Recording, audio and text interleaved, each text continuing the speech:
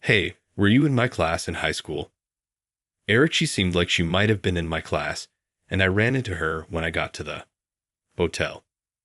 Eric, hold on a moment. Are you merely a recent high school graduate?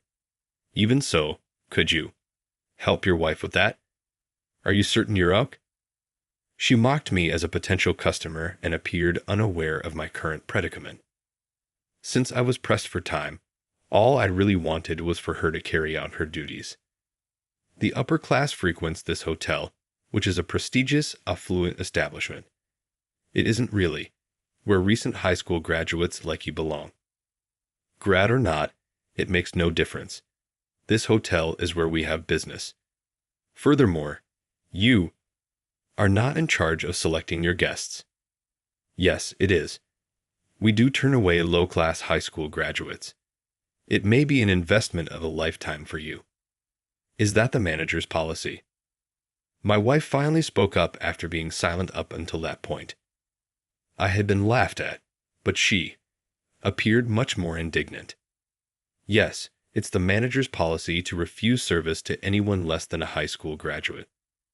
She smiled as she spoke, little realizing that this would be the beginning of the end for her.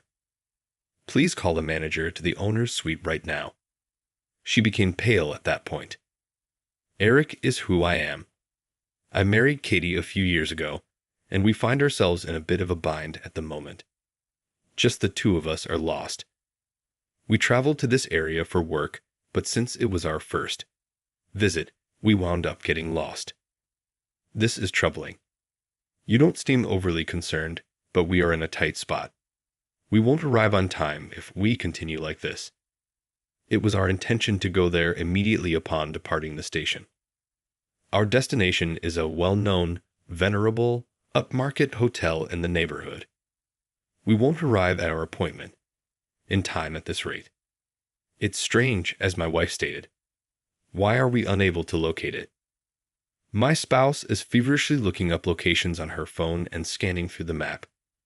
There don't seem to be any taxis here, despite my own search. Maybe I could use an app to hail a cab, if I could locate a landmark. As soon as I realized it, I pulled out my phone. I understand now. The map was inverted. My wife said we were going in the wrong direction. All right. We can never get there if we choose the incorrect route. Whoa, were we both viewing the map inverted? Were we never this poor at following instructions? I've got no excuse. We assumed we could find it simply because we had been told it was only a 10-minute walk from a big station. We appear to be less adept at directions than we initially believed. We grinned wryly at each other. Let's head back to the station. Yeah, we'd better take a taxi this time so we don't get lost again. Sounds good. We walked back after grinning miserably. Eric, let's play. Katie, what do you want to do? Beside our current residence, Katie and I were childhood pals. Morning, Eric. Good morning, Katie. Do you want to stop at the variety store on the way back from school? Let's head there. Yes, this month is also your birthday. I might get you something.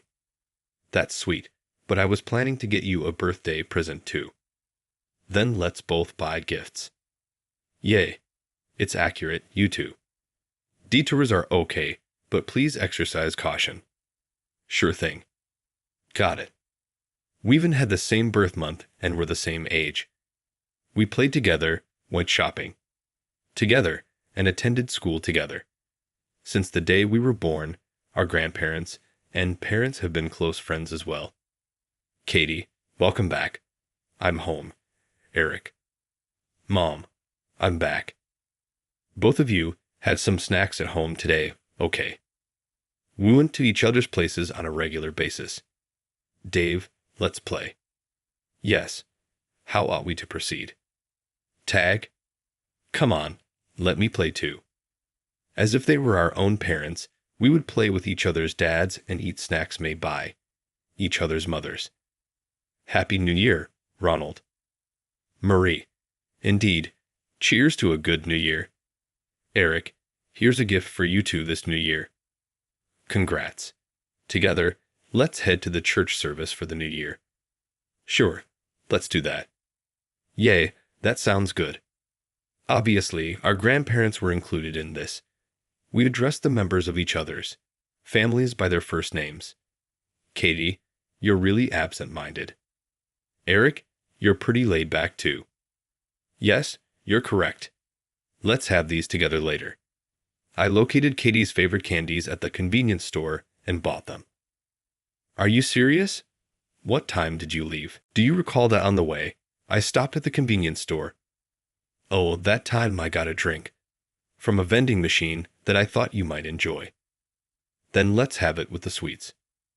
We considered one another to be our closest, most compassionate friends, and I couldn't fathom my existence without Katie. There's a chemistry between Eric and Katie. Do you agree with that? I'm not certain. I'm not sure, honestly.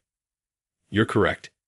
You two seem like a great match, though maybe that's just because you're together all the time. I can't possibly imagine the two of you apart. People often remarked that we had the same aura despite our similar upbringings. We'd always been naturally close, even as young children.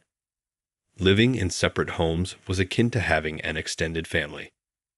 I could only see her standing next to me for that reason. Hey Katie, how are you? Though it may come as a surprise, I can only envision myself with you. Will you accompany me out then? Are you serious? Naturally, I will. I'm happy that few. Though I was still anxious, I assumed you would. It's true that you sounded uneasy, which is unusual for you. Therefore, I suppose it was only logical for us to consider getting married when the time was perfect. Yes, Katie, I want to spend my entire life with you. Will you then marry me? Hey, you're trembling in your voice again. Naturally, I will. It's true that I felt anxious during the proposal and confession, but that's just the way it's always been. Katie and I hadn't been together since we were infants. I owe Katie a great deal for continuing to be a strong supporter of my work even now. After that, we got a taxi back to the station. The cab driver laughed heartily when I hurriedly explained our position. We eventually reached the classic luxury hotel, which was our target. Oh, Eric, that's not good. There are just 10 minutes remaining. Yikes, let's hurry to the check-in. Yes, let's do that. We dashed to the front desk. My name is Eric. I apologize for being so impromptu. Can you help us out quickly? Eric? Are you the Eric that I knew in high school? Her voice caught my attention as I looked up. This is Marissa. We attended the same secondary school. She was a classmate, it seems. Her name tag and clothing suggested that she was employed by the hotel. Ah, Marissa. Yes, I seem to recall you from our time in school. Long time not seen. Is this Katie then? Do the two of you still get along? Do you consider yourself married or something? That is astonishing, really. She seems to be aware of Katie as well. That would make sense if she had been a fellow student in high school. But everyone in the foyer turned to watch Marissa laugh uncontrollably. We both scowled, uncomfortable beyond belief. It's not appropriate to laugh so hard over it. Please just do your job. Come on, a little laugh is fine. It's not acceptable. Here, we seem to be in a rush.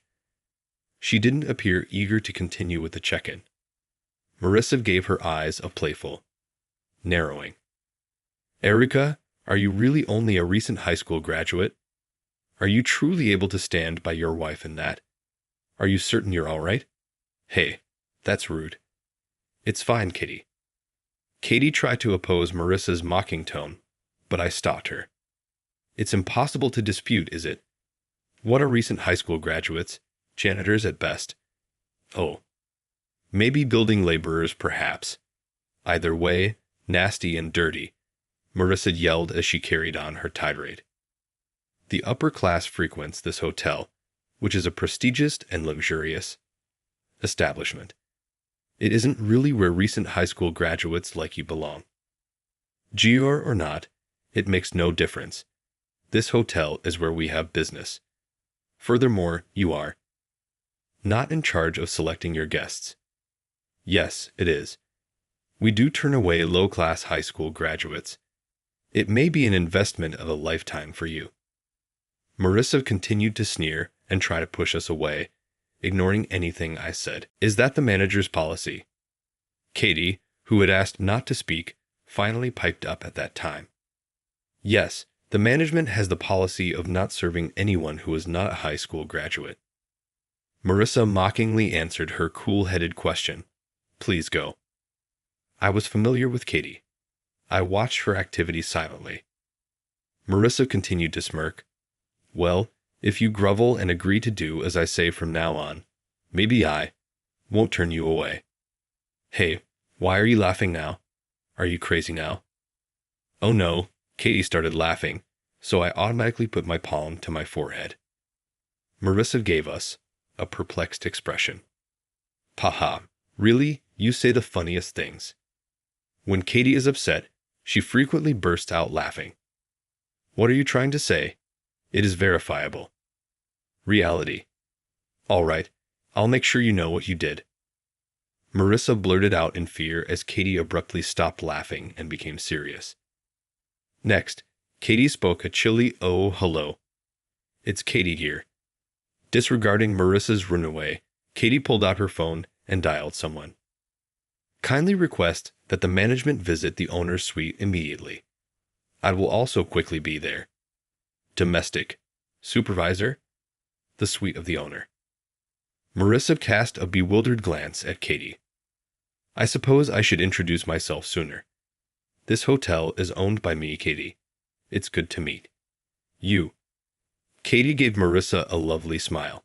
In actuality, Katie's family is wealthy and possesses a large number of real estate properties. Katie remained involved in her family's business even after we were married. In due course, Katie acquired multiple hotel properties. Eric, the hotel we're going to is this one, right? Yes, that's right. Excellent, excellent. This is the other motel that my father recently gave me the keys to as its owner. This is an ideal time to do an inspection. My work initially required us to visit, but we also intended to perform a surprise inspection. The owner's suite was then shown to us. I'm terribly sorry for what happened.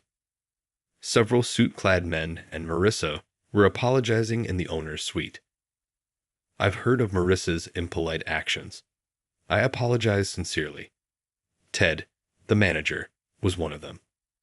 Ted, is it true that your policy is to refuse guests who are high school graduates or less? Achieved it. How precisely were you going to verify that? Katie asked Ted a pointed question. What? That is not possible. Who made such a statement? That is absolutely not my objective. Ted ran away, obviously shocked. Standing next to him, Marissa cast a pallid glance down. Are you letting the front desk staff decide who gets to stay? No, that's absolutely not the case. But that's exactly what she said. You are aware that our guests interact with us at the front desk. First, don't you? Obviously, I get it. However, you don't seem to get that the hotel will look bad if this is how her staff acts. It is your duty as manager to select and develop employees who won't make our visitors uncomfortable. What are your thoughts about that? As a hotel staff member, I apologize. With a pallid face, Ted was the focus of Katie's lesson. Ted seems to be stuck with his constant apology routine. That's enough, Katie.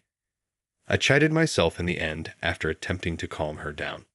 Stay out of this. Ted seemed to notice me at last when I made an interjection. He gave me a surprised look when he saw me. Oh, you are? Aren't you Mr. Wilson? He came running over to me. Marissa looked up at this, as she had been looking down. The press conference is about to start. That reminder reminded us of the purpose of our visit to this hotel. A shoot. With a quick peek at my watch, I whispered, shoot. I was engrossed in Katie's rage to the point where I forgot I was meant to be at this hotel for a press conference. I play chess professionally.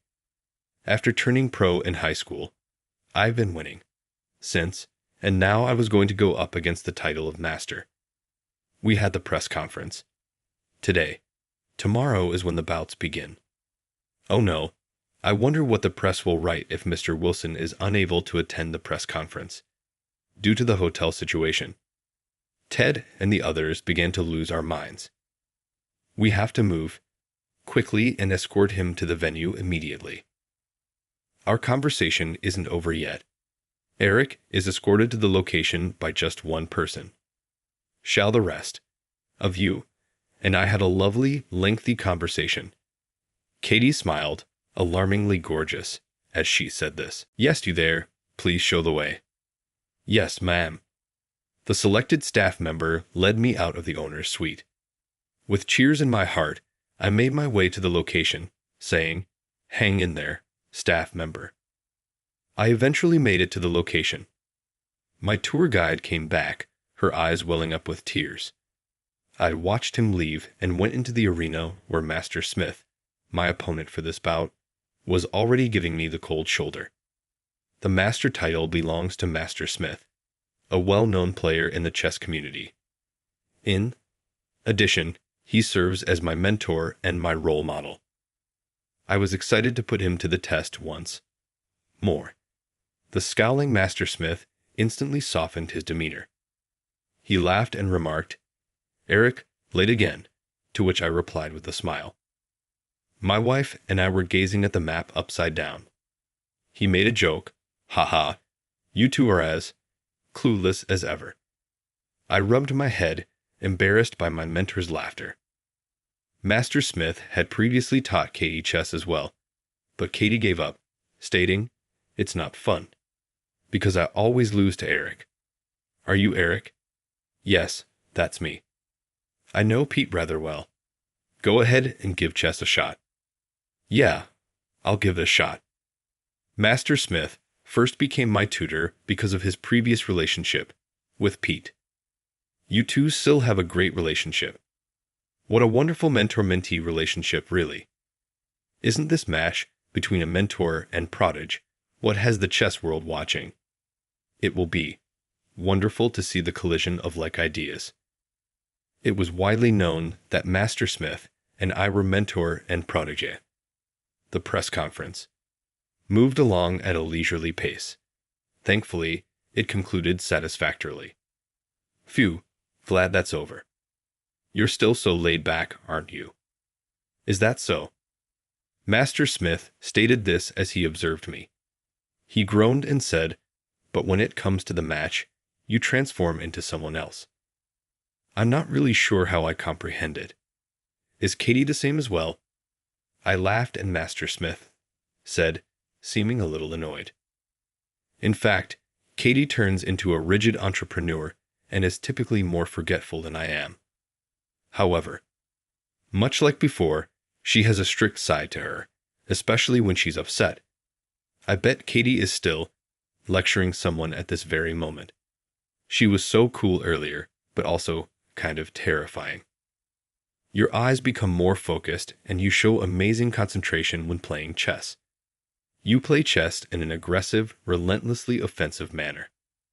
Well, I do often get that kind of feedback. That fluffy personality of yours comes up with moves that are unexpectedly tricky, honestly, making it difficult to play against you, said my mentor, Master Smith. But has he forgotten that I learned this particular chess strategy from none other than Master Smith? I basically learned my chess-playing technique from him. I'm excited about tomorrow, he remarked, holding out his hand. Yes, me too. I firmly shook his hand after taking it. We gave each other a firm handshake. A best-of-7 series, the Master Championship matches travel to hotels and inns across the country.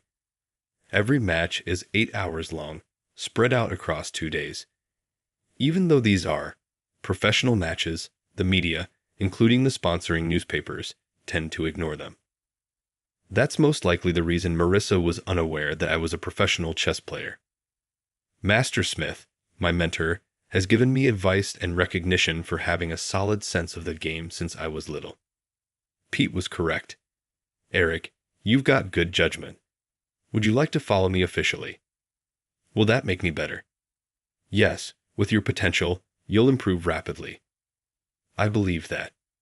Pete had stated that Eric would undoubtedly emerge as John's choice. Through him, a relationship was established. Though it took me multiple tries to pass the professional tests, I made quick progress. I went to neighborhood public schools for middle and high school, and I was so focused on chess that I did poorly in both academics and athletics. I suppose I was a pretty inconspicuous student. I used to target you for bullying because you were so unimpressive back then. Erica, really? Because of how natural you are, it's possible that you were unaware of the bullying. Marissa was with me when Katie and I got back together. Hello, you pessimistic one. You're not even good at studying. You're dark. What does that have to do with? How come? You too. Eric isn't as willing to annoy you anymore. Looking back, I can say that there was a group that frequently upset me, but I didn't really notice it at the time because I was more focused on chess and Katie's support. It was most annoying that you ignored us. Marissa claims that I wasn't purposefully ignoring them. I was just not aware of them. Hey, I heard that despite being a senior, Eric hasn't made a decision about his future yet. Nearly everyone has already reserved a spot in college. Eric is simply unique, isn't he? My ambiguous career path felt out of place in high school, where the majority of students were concentrated on getting into college. Katie, listen, I finally passed a pro exam. Are you serious? That's fantastic. Eric, I know you've been working hard. Yes, and there's something else I want to tell you. In the meantime, during my final year of high school, I passed the pro exam. Although I went on to become a professional chess player, most of my classmates just knew that I dropped out of school. Given that I didn't actually inform anyone but Katie, it makes sense that they were unaware. It was also at that time that Katie and I formally began dating after my confession to her. I'm sorry. I wanted to apologize, but can we just stop this right now? I was about to play an important match. Kindly keep me out of this. I see. I'm telling you to get retrained, Marissa. Additionally, you will be suspended for a while. Be careful not to reveal your face to us. Understood.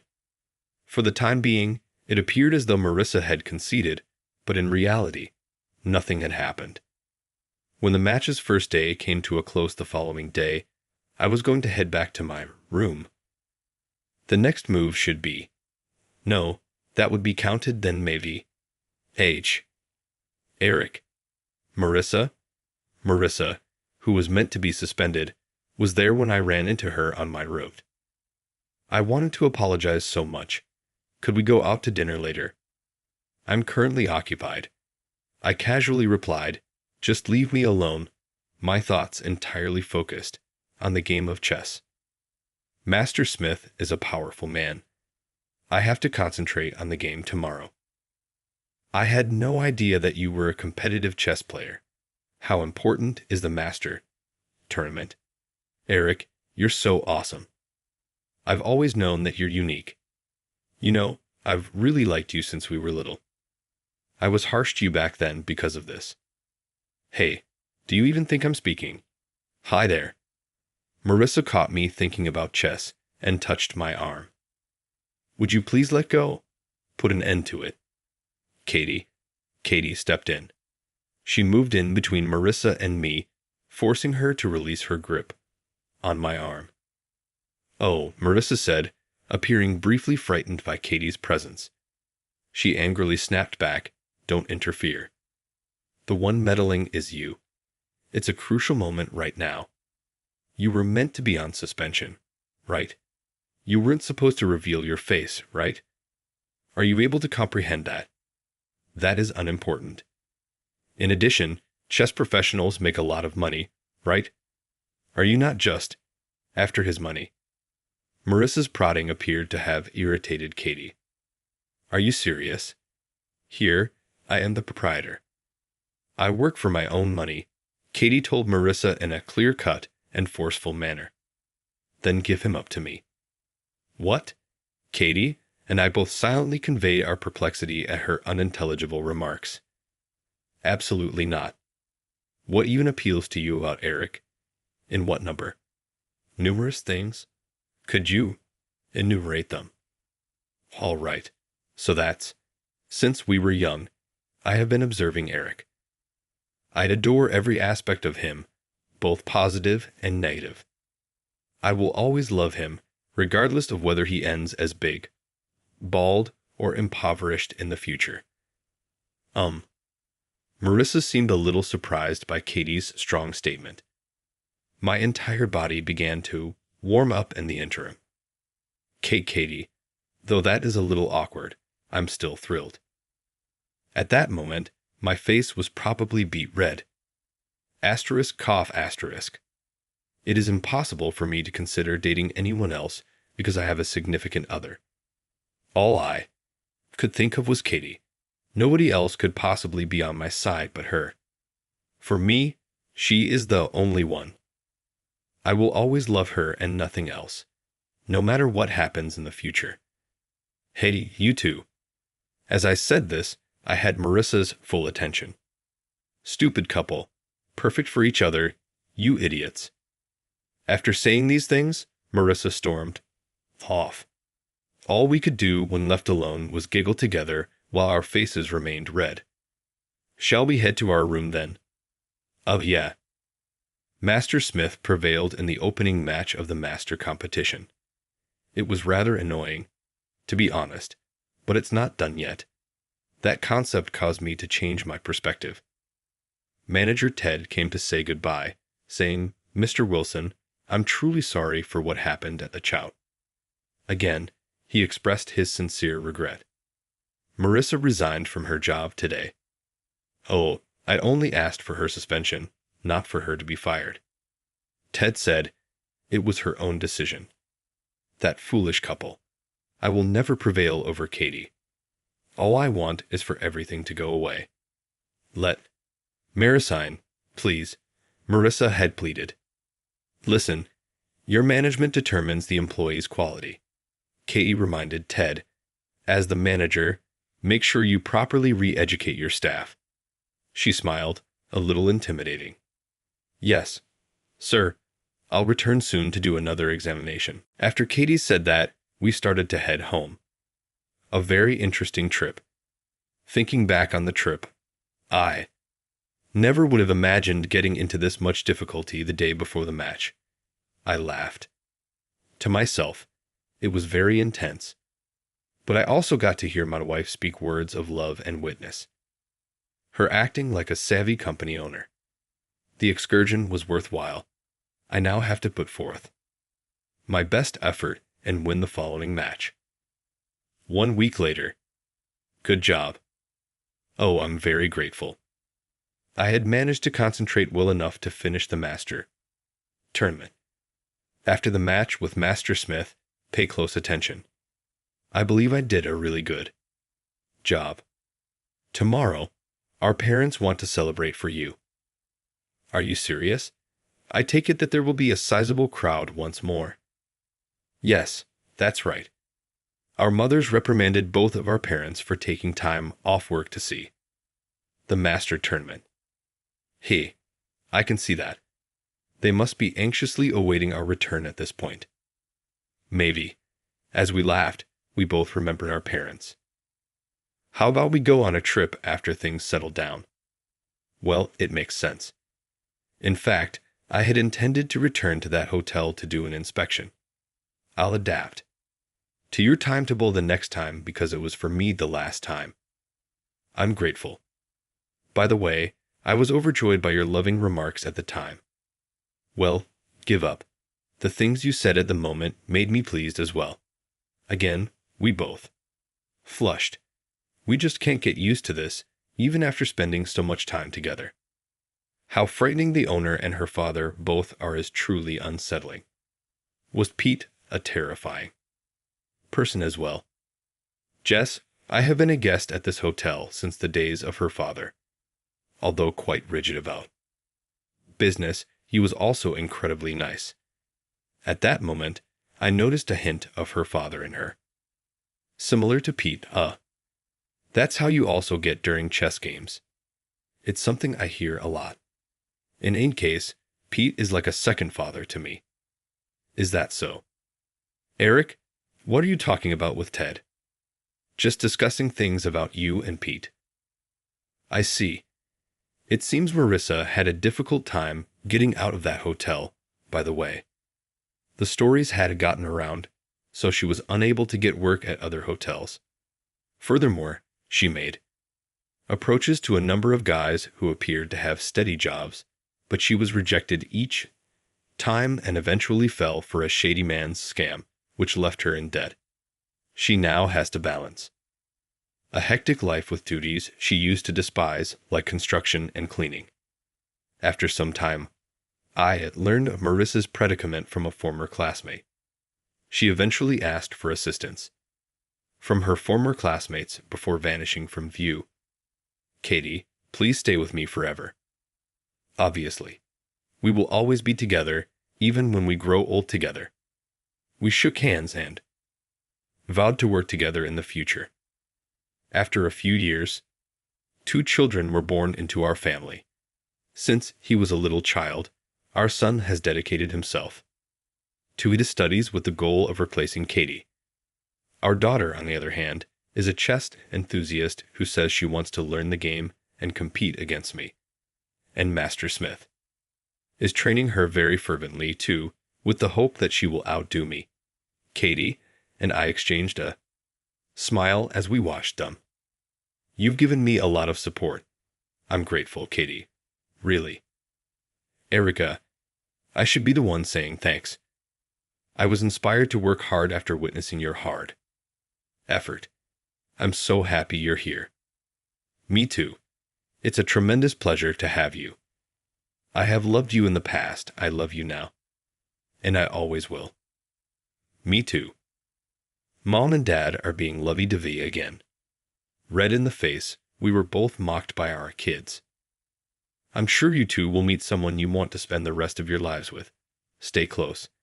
And lend each other support. All right. I wish to stay in close proximity to my beloved Katie. Naturally, in addition to our kids. All right, everyone's presentations are done. Nick, the manager, said as he tried to move the discussion forward. Excuse me, I haven't. I recently found out something. Nick interrupted me and began to speak. There's apparently someone in this department who didn't graduate high school and is just a part-timer. Meetings should be for employees only. Absolutely right. His lackey, Mike, of course, agreed with Nick. I'm leaving. After leaving the meeting room, I started to shut down my computer. I noticed that an email had arrived, not in my personal inbox, but in the company's shared email.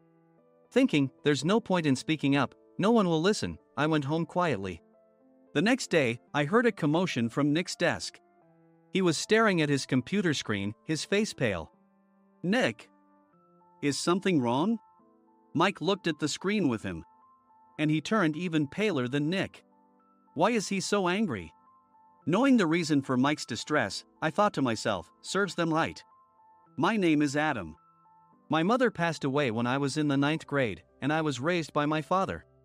Well, you could hardly call it being raised. After my mother passed, my father changed. He drowned his sorrows in alcohol, and though he still went to work, he squandered our living expenses on horse racing. Because of that, I had to start working part-time as soon as I entered high school. Every month, I went to the convenience store with bills in hand that couldn't be auto-deducted from my father's account. Even though I endured it because I didn't want to be alone, I reached my limit in my 2nd year of high school and dropped out. I found a live-in job at a distant inn. Thank you for everything. The day I left home, my father, still staring at the TV, spoke. Take care. That was our last conversation. Back then, 18 wasn't the age of majority, so I needed my father's permission to work, and I couldn't hide my place of employment. Yet, my father never visited me even once. I kept working just to survive, and before I knew it, I was 42. Years of hard work paid off, and I was transferred to the headquarters. I was thrilled to be recognized by the company, as I thought I'd be working in the field until retirement due to my lack of formal education. Listen up. Our work can change the future of our employees. Don't drag us down. On my first day after the transfer, Nick, dressed in an expensive suit, spoke sternly. There was a reason for this. Our inn was located in a prominent tourist destination, known so well that everyone in the state could sing its commercial jingle. At its peak, we had 5 locations within the state. But that was long ago. Due to financial difficulties and aging facilities, only the place where I had worked for many years and the original establishment remained. I was prepared to lose my job anytime, but now there was a glimmer of hope. With the rise of social media, the tourist area where the inn was located started gaining attention again. Depending on how hard the sales department, where I was transferred, worked, we could either thrive or be forced to give up this prime location to the new hotel chains continuously popping up. For Nick, who had switched careers from another industry to strengthen our sales, this was a battle he couldn't afford to lose. I understood why he had to be strict. I will do my best. Nick sneered at my enthusiastic declaration. Did you not hear what I said? I'm sorry. I thought I was listening carefully. Out of habit from years of customer service, I apologized reflexively, though I had no idea what had offended him. Someone was watching me with a smirk. In this department, there are those who are expected to excel and those who have been shoved here because they have nowhere else to go. You are the latter. It was Mike, the section chief. He's 7 years younger, at 35. But he was called to headquarters much earlier than I was and had been moving around within the headquarters ever since. I'm not jealous, but I can't accept that he's my boss. Graduating from a prestigious university, he has an unusually high pride and caused many problems as a newbie, making things very difficult for me when I was the front desk leader. When I found out Mike was transferred to the sales department a month before me, I was disheartened. Mike is right. With just a middle school diploma, there's not much you can do. Don't even think about achieving results. As if I didn't exist, Nick remarked, I'm thirsty. Mike eagerly ran to the coffee maker. It seems Mike is Nick's lackey. I regretted being happy about my transfer to headquarters, wishing I had stayed on site forever. Send a direct mail to every company on this list by the end of the day. Nick only assigned me tasks that even a new graduate could handle. What? There are over 1,000 companies. You want me to send to all of them by today? Yes, if you and your fellow misfits split the work, even those with nowhere else to go should finish by today. I glanced at the employees typing away expressionlessly. They were worn out from customer service, only thinking about leaving on time, or were women reassigned after having children, with zero motivation for work. Even Sam, a new graduate from the same university as Mike, who was supposed to be among the expected achievers, had no enthusiasm for the job, having joined the company wanting to do customer service. I don't care what they say, I plan to quit anytime, he said. Only Nick and Mike were highly motivated, making all the decisions between the two of them. I originally only wanted to work at the inn to survive and had no particular attachment to this job. I swallowed my words, thinking I had no right to reprimand them. About a month after the transfer, Nick told us with a frustrated look. To commemorate the 50th anniversary, we've decided to create a plan exclusive for one group per day. Originally, Mike and I were supposed to come up with it, but our president, Mr. Thompson, insists on hearing everyone's opinions. So, you all get a chance. As Nick explained, Mike began handing out prints. Make sure not to embarrass Nick. If your ideas are half-baked, you'll have to redo them. It seemed that they had printed his handwritten notes by Mr. Thompson, which included several questions and a section for free responses. It made sense why Nick had to seek our input, given that all responses had to be submitted to Mr. Thompson. We were given a week to think about it, and a meeting was scheduled to compile our ideas. My plan is to let guests enjoy both the old and modern America. Nick began the presentations. Guests would watch a master confectioner at a nearby traditional sweet shop make sweets in front of them. The welcome drink would be premium tea in a bottle. Nick's plan was certainly attractive. After his presentation, Nick called on us to present in the order we were seated. Just as I stood up for my turn. All right, everyone's presentations are done. Excuse me, I haven't. I recently found out something. Nick interrupted me. There's someone in this department who didn't graduate high school and is just a part-timer. He was likely talking about me. I joined the company as a part-timer and was made a full-time employee when I turned 20. That was 20 years ago, so Nick and Mike probably had no chance to know until recently. Meetings should be for employees only. Absolutely right. After that, Nick kept creating opportunities to solicit everyone's opinions, purposefully excluding me from speaking. The meeting unexpectedly heated up and went past the scheduled end time. A few people asked to leave, and the discussion continued with the remaining few. Still here? Normally, you'd leave in that situation. Though I had no attachment to the job initially, hearing kind words from customers made me want to make them happier. For someone like me, with nowhere to go, the inn was my home and customer service was my life. I felt pathetic about my current self. I'm leaving. I left the conference room and started shutting down my computer. I noticed an email had arrived, not in my personal inbox, but in the company's shared email. Thinking no one would listen to what I had to say anyway, I quietly went home. The next day, while preparing the DM as instructed, I heard a commotion from Nick's desk. In his haste to stand up, he hit his knee on the desk. He stared at his computer screen, his face pale. Nick! What's wrong? Mike, thinking he should be the first to rush over, approached Nick while still wearing his coat. He peered at the screen with Nick. And he turned even paler than Nick. Why is he so angry? Who is responsible for this company? Nick, more irritated than ever, asked, and Mike answered without checking. Probably Sam. Sam wasn't there because he was attending a morning training session for new hires. Nick gave up on getting angry and returned his gaze to the screen.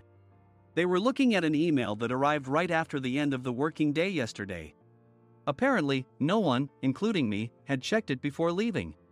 The email was from a large company that used us for their annual employee trips. The president and executives of that company also frequently used our services personally. President of the company, Mr. Mason himself had declared that neither he nor his company would ever use our services again. Well, some companies cancel their employee trips or stop using our services due to financial struggles. Let's just move on. Mike kept wiping the sweat from his forehead with a handkerchief. Knowing why Mike was so agitated, I quietly watched their interaction. Do you know how much revenue we get from that company? We can find other guests to fill the rooms, but we'll lose the banquet costs, gift shop revenue, rental car fees, and more. Moreover, the gifts were supposed to be prepared by the traditional confectionery shop involved in Nick's proposed plan. If it's known that we incurred such a huge loss at this critical time, Nick's position in the company would be jeopardized. Nick took a deep breath, seemingly trying to calm himself. All right, Mike. Go to New York right now and apologize to Mr. Mason. What? You're coming with me, right? I have urgent work to do. I trust you, which is why I'm entrusting this to you. Please.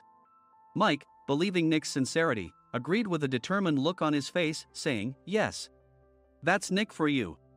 Even if Mike went to apologize, Nick would shift all the blame onto him if the client didn't change their mind.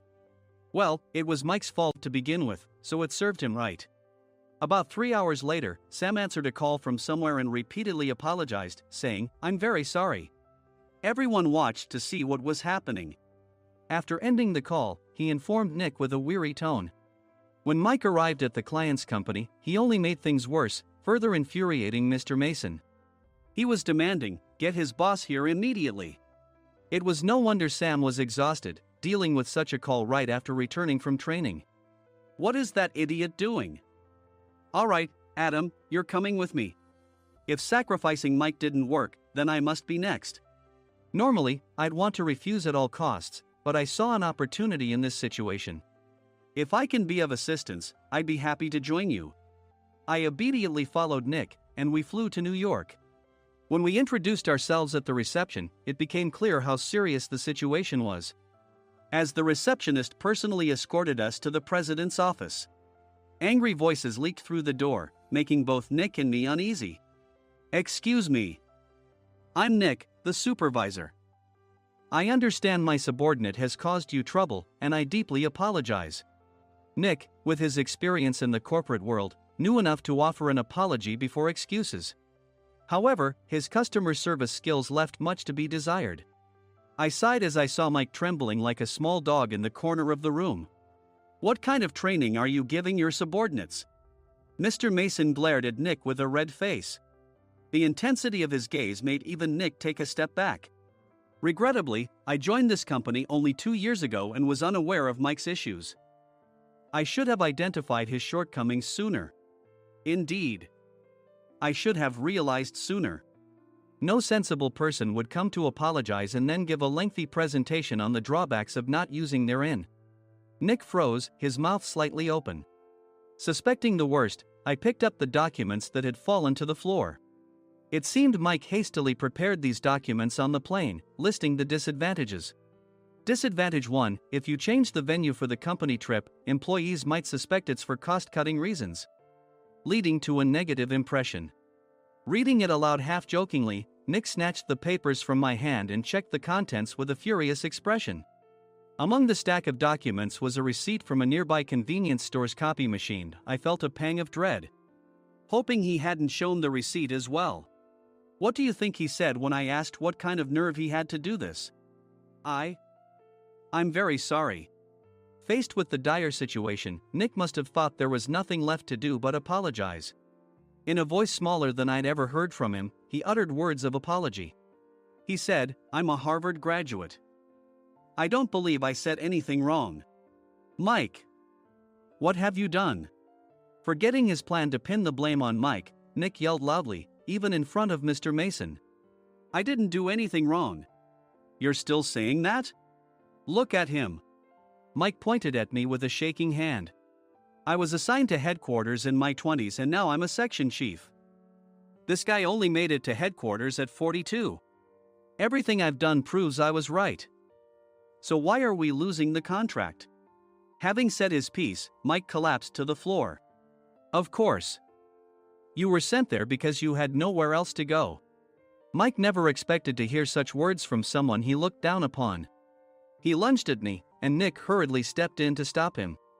"Mr. Thompson told me Mike is a quick thinker, and to take good care of him." There's no way he was pushed aside. "Don't make things worse here." "He didn't say quick thinker, he said only quick-witted, didn't he?" I don't remember that part." I recalled the many troubles Mike caused when he was a newbie. When Mike was on the front line, his pride was so high that he never apologized to customers. Customer service, especially in our job, doesn't work alone. It brings both good and bad situations.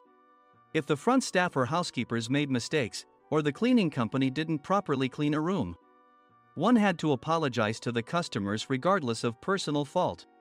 Mike, in such situations, would never apologize, insisting he wasn't at fault. This often angered customers, and as the front desk leader, I frequently had to apologize on his behalf. He caused complaints and disrupted operations, which is why he was quickly moved to headquarters. In departments where he didn't interact directly with customers, his quick thinking was beneficial and things went well. But it seemed his flaws were starting to show. Corporate reservations are supposed to be entered into the system by the sales representative. But a quick check yesterday revealed that more than 10 items were missing from the client's reservation. The handover document clearly stated what needed to be prepared. Why didn't you enter it into the system? Why do we have to give them special treatment? Filling rooms near the banquet hall, setting up all the food in advance. Specifying the brand of wine, they're too demanding. No wonder he always angered customers, I thought, feeling a headache coming on. Grouping them in rooms near the banquet hall is for our benefit too. It makes it easier for the staff to set up beds and serve breakfast since everyone's schedule is synchronized. As for the other requests, Mr. Mason suggested them to lighten our load.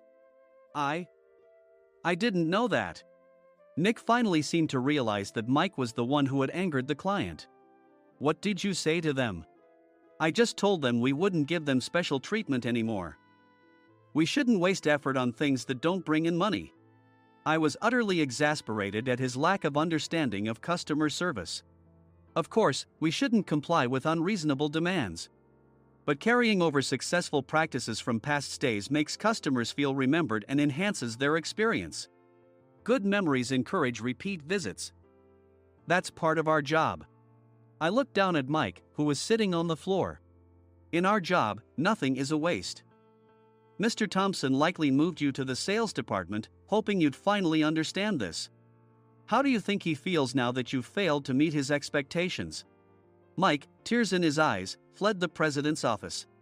I was amazed he still hadn't apologized. You have it tough, Adam. It's okay, we're all employees of the same company. I deeply apologize for this disrespectful incident. Especially after all the care you've shown us. If it weren't for you, Adam, I really would have stopped staying here. When I heard you were moving to the sales department, I was willing to reconsider if you handled it. Seeing us talk so amicably, Nick's face contorted. Do you two know each other?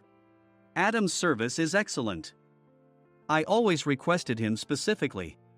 Normally, we don't accept specific staff requests, but we made an exception for Mr. Mason, adjusting my shifts accordingly. He had personally stayed at our hotel just before my transfer, and during casual conversation, I mentioned, I'm moving to the sales department soon. If I hadn't told him then, things could have been much worse. Please continue to take care of us. I look forward to it. On the return flight, Nick awkwardly offered me a can of beer. It's still working hours. Of course, I had no intention of forgiving him for a single beer. Nick might try to pin everything on Mike and avoid any consequences. While pondering this, a startling fact came to light. Nick, the tea bottles for the plan have arrived. I handed Nick a bottle labeled with our inn's name. They look good. What are you talking about? These are plastic bottles. I had assumed we would use the trendy, high-end bottling tea. But what arrived were ordinary plastic bottles of tea with customized labels. The only unique aspect was the label, which had the inn's name, making it look customized. Upon further investigation, I discovered that a substantial amount of money was set to be paid to the tea company. It was priced like bottling tea. Does this plastic bottle really cost $100 each? The tea inside is specially blended for us. The extra cost is for that.